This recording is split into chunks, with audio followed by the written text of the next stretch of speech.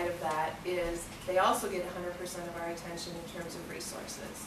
So it's not me handing them a piece of paper saying you need to do this, this, and this. It's me walking with them down the street to 3Rs. It's hooking them up with PPL. It's being much more one-on-one with our clients so that, you know, their ability to succeed is higher because of the attention they get. And we kind of are on the fence sometimes because of things, you know, we're kind of a liaison between the criminal justice system and the community. And so on the one hand, I was thinking about what you said, Marty, about, you know, well, I hope I don't have anybody who has a criminal background. So on the one hand, we go to meetings like this and we talk and we go with Carol and Nick, the other crime prevention specialist, and we talk about, you know, how to screen people for apartments, you know, how to screen people for employment, what you need to do. But on the other hand, we also are working like crazy to be able to get our own clients housing and jobs and whatever. So sometimes we walk kind of a dual role in that we may be telling you how to do things, but we may be knocking on the door saying, you know what, this guy's really trying hard and he really needs a job. And I think you will probably speak to the fact that there's 3 main factors in success with offenders, and it's support systems, housing, and a job. And I can tell you right now that of those 3, the 2 that we have any control over at all, the job and the housing, it's almost impossible right now. You can imagine how hard it is for somebody without a record. So we're certainly facing a really difficult time with our clients. But then I just send them to you, and you can look. Well, Barbara, can I, Absolutely. or Madam Chair, or whoever's on this. People need to understand we are a community correction state here, Yes. which means that we correct in the community. Right. And I think, you know, you're not supervising first-time DWI. So you maybe want to give a little profile of some of the people that are living in the neighborhood that you're profiling. And you know what, we should probably go back to that point, that one of the biggest concerns when we came here is that we were going to be bringing the criminals with us. And the reality is, and you know, I actually had somebody say to me, you know, they had this vision of a movie, you know, and like this long line of people waiting to get in our office. I can tell you, when they're done with our appointment, that's the last place they're going to hang out, okay? But these are people, we take on the people who either live here in the 2nd precinct or have committed their crimes here.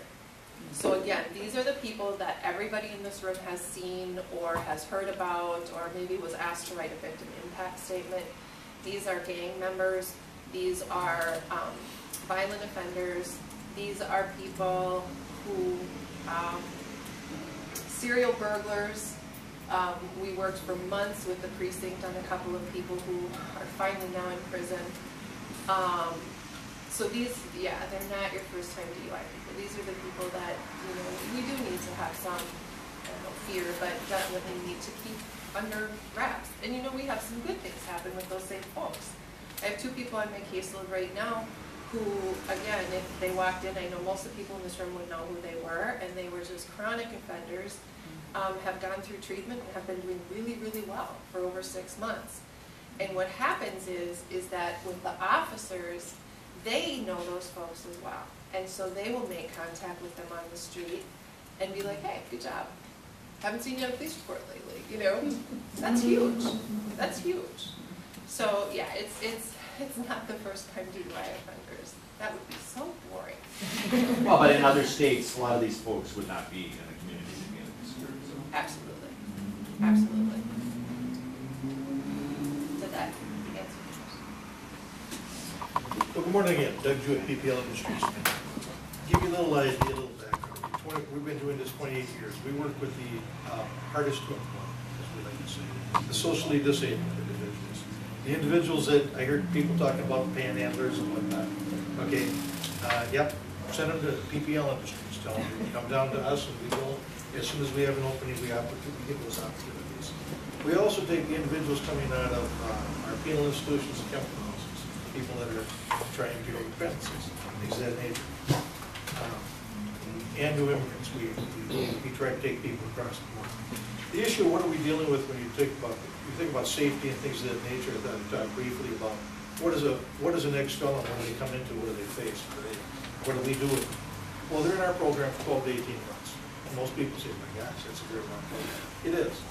And it's because you're dealing with individuals socially and educationally who, when a person becomes dependent of any level, they cease to develop anymore socially until that's under control.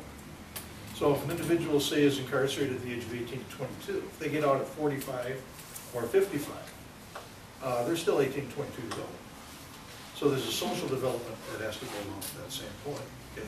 Which is the reason we have a licensed social worker. We also believe that education is a key point. The individuals I hear people talking about on the street and everything else, I know a lot of people, okay? The issue is, most of these gentlemen, they can deal anything you want to buy on the street, they can deal it, they can do it in their head. The issue is, ask them, show them down a piece of paper, they can't do it. Why? Because the average education level is third grade. Reading is more like first grade. That's the average person coming out of prison, okay? I'm not talking about the individuals that took advantage of the college, people that worked inside. I don't get those people. I get the individuals that sat on a bunk for 10 years or 5 years or whatever it was. The chip grew and grew and grew. And my job is, one, to dissolve or burst that chip, as Marcus heard me talk about before in our program. I do remove chips from people's shoulders. They will deal. You talk about integration of people. We don't care who a person is.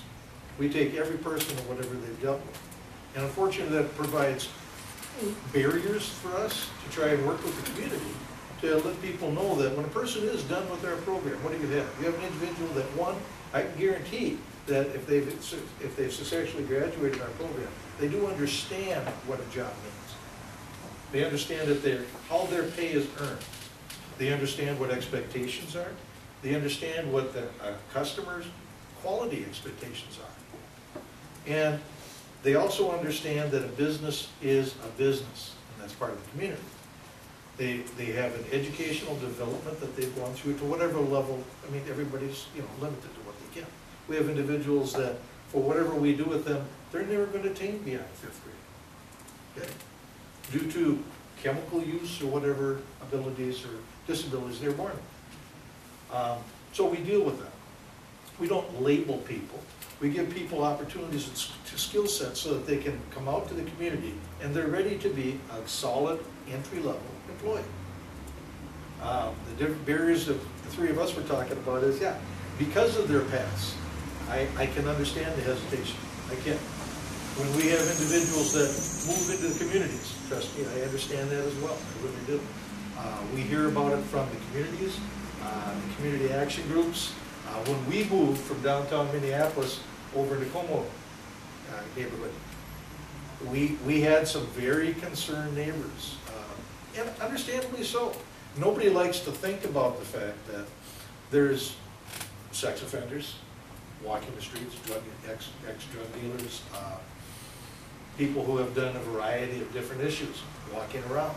What they don't understand until they've come in and met with us, and we're always open for tours and conversations, is to see people that these individuals really are no different than a lot of the other kids who took the wrong turn. Some of them just didn't get caught. Then these are the ones that did get caught. So our job is to structure people. We give them a social, an education, and a manufacturing skill set, a business understanding, so that when they leave us, in all honesty, I personally feel that comfortable enough to say that, yeah, let's sit down and have dinner anyplace. Because they need to understand that they've done a wrong, they've corrected the wrong by time, they've done things to improve themselves, and they're requesting back to the community, please allow me the opportunity to demonstrate that.